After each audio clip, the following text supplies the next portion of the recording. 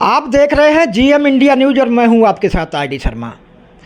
आज हम समाज की आवाज़ ट्रस्ट के राष्ट्रीय अध्यक्ष पप्पू त्रिपाठी के कार्यालय पर मौजूद हैं। बता दूं आपको कि यह कार्यालय उत्तर प्रदेश की जनपद गाजियाबाद की नगरपालिका खोड़ा मकनपुर के वार्ड नंबर 24 अनिल विहार में मौजूद है।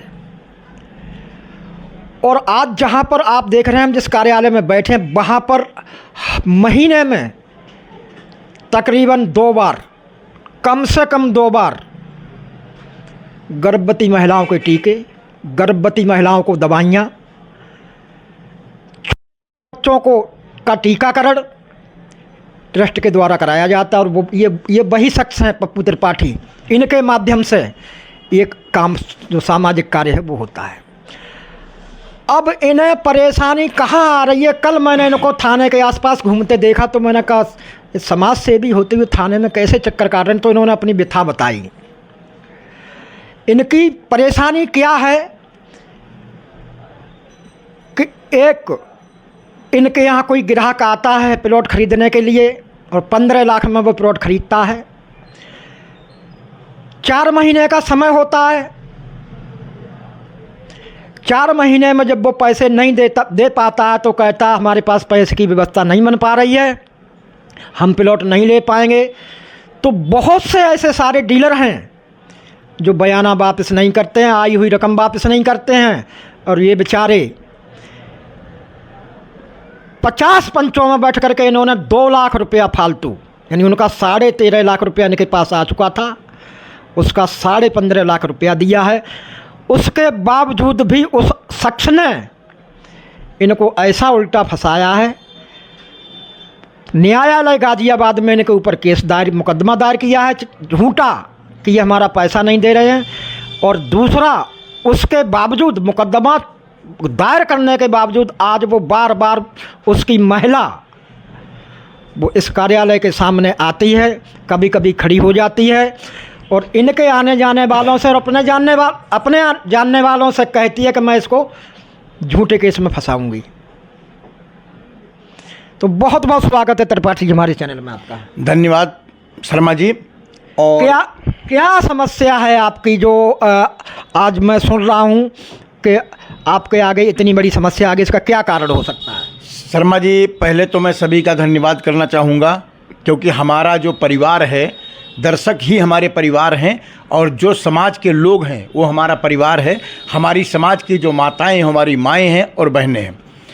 मेरा परिवार यही है जो मैंने समाज में किया है और मैं इसी को अपना परिवार मानता हूँ। तो आज आप पूछ रहे हैं तो मैं थोड़ा सा अपने दिल का दर्द को अपने परिवार को बताना चाहता हूँ। इस परिवार से मैं निवेदन करना चाहूँगा कि यह फैसला आपका है, आप इस फैसले को करें और आप इसको देखें कि हमारे साथ अन्याय हो रहा तो उसका फैसला आप करेंगे। जनता जनार्दन होती है, जनता परमेश्वर होती है, जनता भगवान होती है और जनता ही इसका न्याय करती है। आज शर्मा जी 2020 से मैं पीड़ित हूँ जी इस चीज़ का। 2020 में एक शख्स मेरे पास, संतोष बिलोनी नाम का एक शख्स मेरे पास आया था। उसने कहा भाई जी मुझे एक फ्लैट चाहिए और मुझे मकान बना के देना है। मैंने गौर सिटी में उसको 50 वर्ग गज का मकान बनाकर के देने के लिए 15 लाख रुपए की कीमत का हमारे साथ उसका सौदा हुआ। सौदा होने के बाद में 4 महीने का उसका समय था बनाकर देने का। उसने मुझे 13,50,000 रुपये विभिन्न 50,000, 1 लाख ऐसे कर करके लगभग उसने हमें 13 लाख रुपए, उसमें 4 लाख का चेक भी है। अच्छा। फुटकर में 1,50,000 ऐसे करके 4 लाख एक मुंद 4 लाख का चेक आया और बाकी फुटकर में? नहीं, एक मुंद नहीं, फुटकर में ही वो भी चेक आया है। अच्छा। 1 लाख, कभी 50,000, कभी 1 लाख, इस तरीके से करके करीबन 4 लाख रुपए का चेक मेरे पास आए और 13 लाख, टोटल 13 लाख रुपए उसके नगद व चेक द्वारा मेरे पास आए।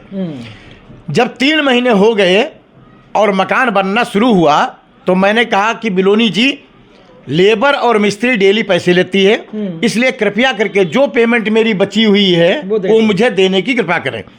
बिलोनी बोले कि मुझे अभी 1 महीने का समय चाहिए जी। उस 1 महीने के समय में वो व्यक्ति हमारे यहाँ बैठना शुरू कर दिया। आकर के बैठना शुरू कर दिया, कभी 1 घंटा बैठता था, कभी 2 घंटा बैठता था, भाई चाय वाय पीता था यहाँ पे और बातें चीतें होती थी। मैंने कहा अच्छा व्यक्ति है। मैंने एक दिन बातों बातं पूछा, मैंने कहाँ रहते हो तुम? तो बोला मैं यहाँ आजाद बिहार में रहता हूँ किराए पे, भाई साहब बड़ा परेशान हूँ। तो मैंने कहा हमारे एक मित्र का यहाँ मकान है, उस मकान में आप रह लीजिए और जब आपका मकान बन जाएगा तो उसमें आप चले जाना अपना सामान लेकर के। उस मकान का किराया भी मैंने दिया 2-3 महीने, करीबन 6-6.5 हज़ार रुपये किराया और प्लस बिजली का बिल, वो सब हमने भरा। और मैंने कहा इस व्यक्ति का मकान बन जाएगा और वो उसमें चला जाएगा। जब मैं इससे पैसे का दबाव डाला 1.5 लाख रुपए का, तो व्यक्ति बोला कि नहीं मैं अब प्लाट नहीं लूंगा, मेरी रकम मुझे वापस कर दीजिए। मैंने कहा भाई 13.5 लाख की रकम है, हमें कुछ वक्त दे दिया जाए। मित्रों, जो भी लोग इस चीज़ को देख रहे हैं, थोड़ा सा समय तो लग रहा है, लेकिन सच्चाई को जानने के लिए थोड़ा सा समय आपका लूंगा, आप इस सच्चाई को जान सकते हैं। और इस सच्चाई को हम ही नहीं, पूरा खोड़ा लगभग सभी लोग जानते हैं यहाँ पे कि ये बात सच है हमारी। मैं अगर झूठ बोलूं तो जो सजा चोर की वो सजा हमारी है। मैंने उनको बोला कि थोड़ा सा समय दे दीजिए मुझे, तो बोले ठीक है, आपको समय कितना चाहिए? मैंने कहा मुझे 1 महीने का समय दे दीजिए, मैं 1 महीने बाद आपको 13.5 लाख रुपए दे दूंगा। उस बीच उसने मुझसे जो है 2 लाख रुपए ले लिए, कभी 50,000, उसमें चेक भी एक मैंने 50,000 रुपए दिया है जिला सहकारी बैंक का, और नगद भी दिया है करीबन 1.5 लाख। 2 लाख रुपए उसने हमसे ले लिए, वापस ले लिए। 11.5 लाख की रकम बच गई। 11.5 लाख रुपए के बची थी।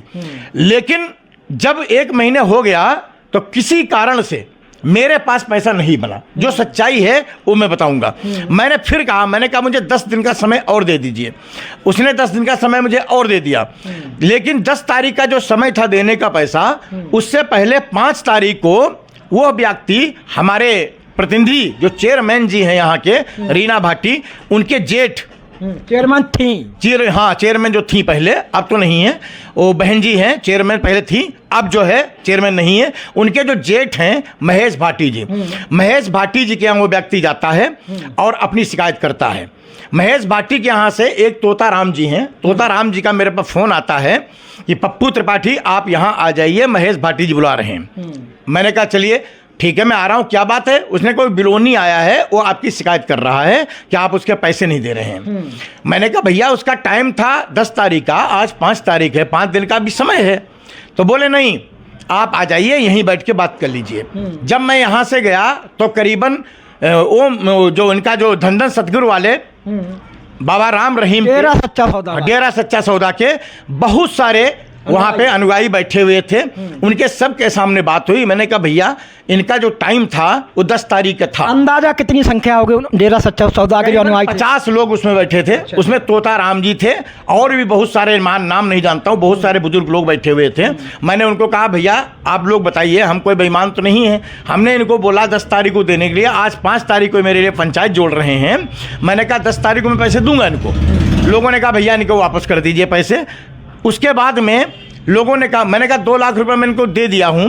तो सारे लोगों ने बोले कि भैया चलो कोई बात नहीं, गरीब आदमी है और आप 2 लाख रुपए इनको छोड़ दीजिए। मैंने सभी पंचों का कहना मानते हुए, सम्मान करते हुए, मैंने उनकी बातों को नहीं गिराया। मैंने कहा चलिए 2 लाख रुपए आपने लोग कह दिए तो आप पंचों की बात शर्माते, मैंने तुरंत 2 लाख रुपए मांगना बंद कर दिया। मैंने कोई बात नहीं, मैं इसको 13.5 लाख ही दूंगा।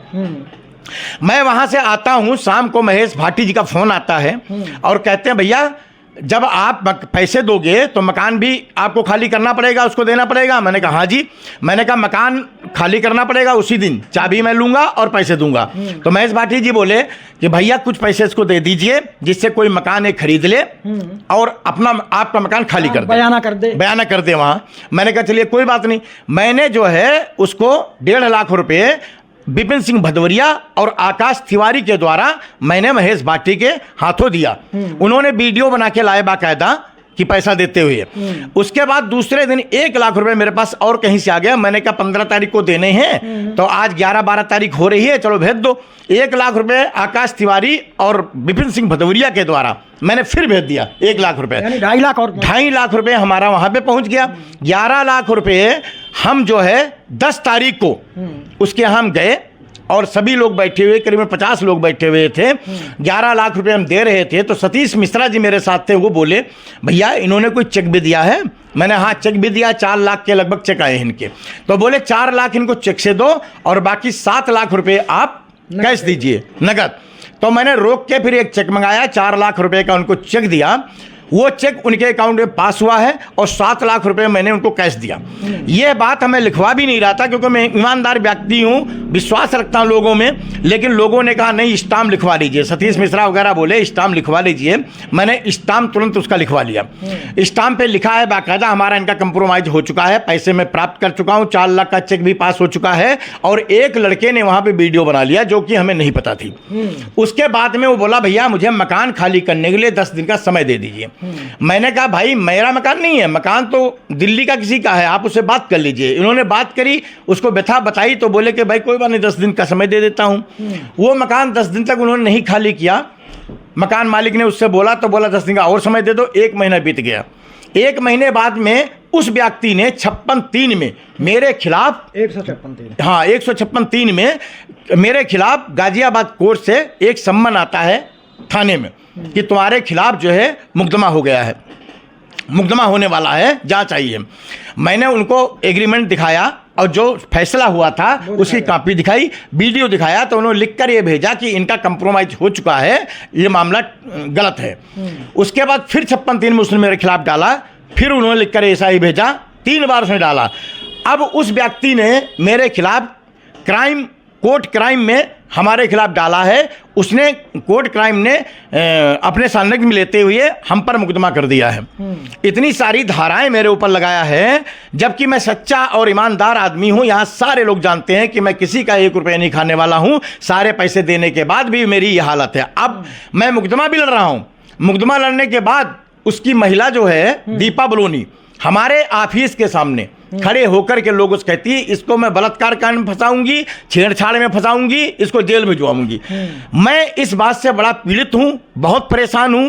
हमारा कसूर सिर्फ इसलिए इतना है कि मैंने समाज की सेवा आज तक की है और समाज को ना देखते हुए मैंने अपने बच्चों को भी नहीं देखा है। हमारे बच्चे किस क्लास में पढ़ते हैं मुझे नहीं पता है। मैंने अपने बच्चों को भी आज तक ध्यान नहीं दिया, कहाँ पढ़ते हैं क्या करते हैं मुझे नहीं पता। दिन रात समाज की सेवा में लग करके उसके बदले हमें ये फल मिल रहा है। अब फैसला आप लोगों के हाथ में है, निवेदन आपसे है, कोर्ट आप हैं, कचहरी आप हैं, आप मेरे भाई हैं, आप मेरे बंधु हैं। आप इस बात का फैसला करें कि मेरे साथ जो हो रहा है वो सच्चा है या गलत है या सही है। फैसला आपके हाथ में है। जय हिंद, नमस्कार, धन्यवाद।